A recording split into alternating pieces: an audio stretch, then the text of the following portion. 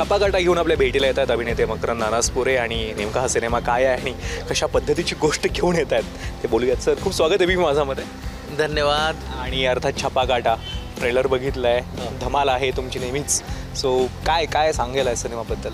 काही नाही, थोडासा विरंगुळ्यासाठीचा सिनेमा असं म्हणता येईल. अल्ट्राची निर्मिती असलेला सुशील अग्रवाल निर्मित आणि संदीप नवरे दिग्दर्शित छापाकाटा हा चित्रपट विनोदी शैलीचा आहे आणि प्रेक्षकांना 2 घटका सहकुटुंब मनोरंजन अनुभवायचं असेल तर हा सिनेमा पाहता येईल.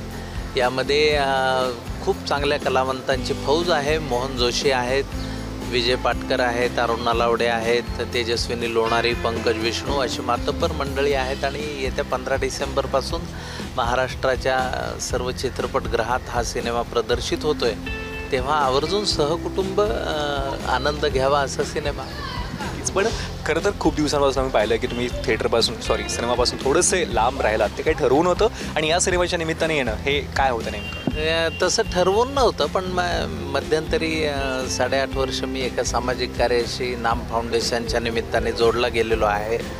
तर त्यामध्येही खूप चांगलं काम, म्हणजे आतापर्यंत नुसतं पाण्याचं काम नाम फाउंडेशनच्या वतीनं महाराष्ट्रभरात 659 गावांमध्ये झालेलं आहे, आदरणीय नाना पाटेकरांच्या मार्गदर्शनाखाली. आणि मला वाटतं की या सगळ्या कामामुळे थोडंसं सिनेमापासून मी थोडा दूर होतो.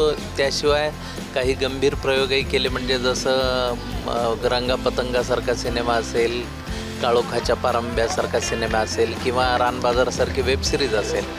पण विनोद हा मूळ ओळख असल्यामुळे आता पुन्हा नव्याने काही विनोदी सिनेमे करतो आहे. या सिनेमाच्या गोष्टीबद्दल काही थोडक्यात सांगू शकता? एक नामदेव नावाच्या तरुणाची गोष्ट आहे, ज्याला आपल्या छोट्या बहिणीचं लग्न करायचं आहे आणि त्यासाठी तो करत असलेले खटाटोप आणि त्यातून घडणाऱ्या गमती जमती असं या सिनेमाचं छापाकाटाचं स्वरूप आहे. नक्कीच लोकांना आवडेल. आपण त्याबद्दल परत बोलूयाच. खूप शुभेच्छा आणि थँक्यू सो मच आमच्याशी बोलल्याबद्दल. धन्यवाद. धन्यवाद.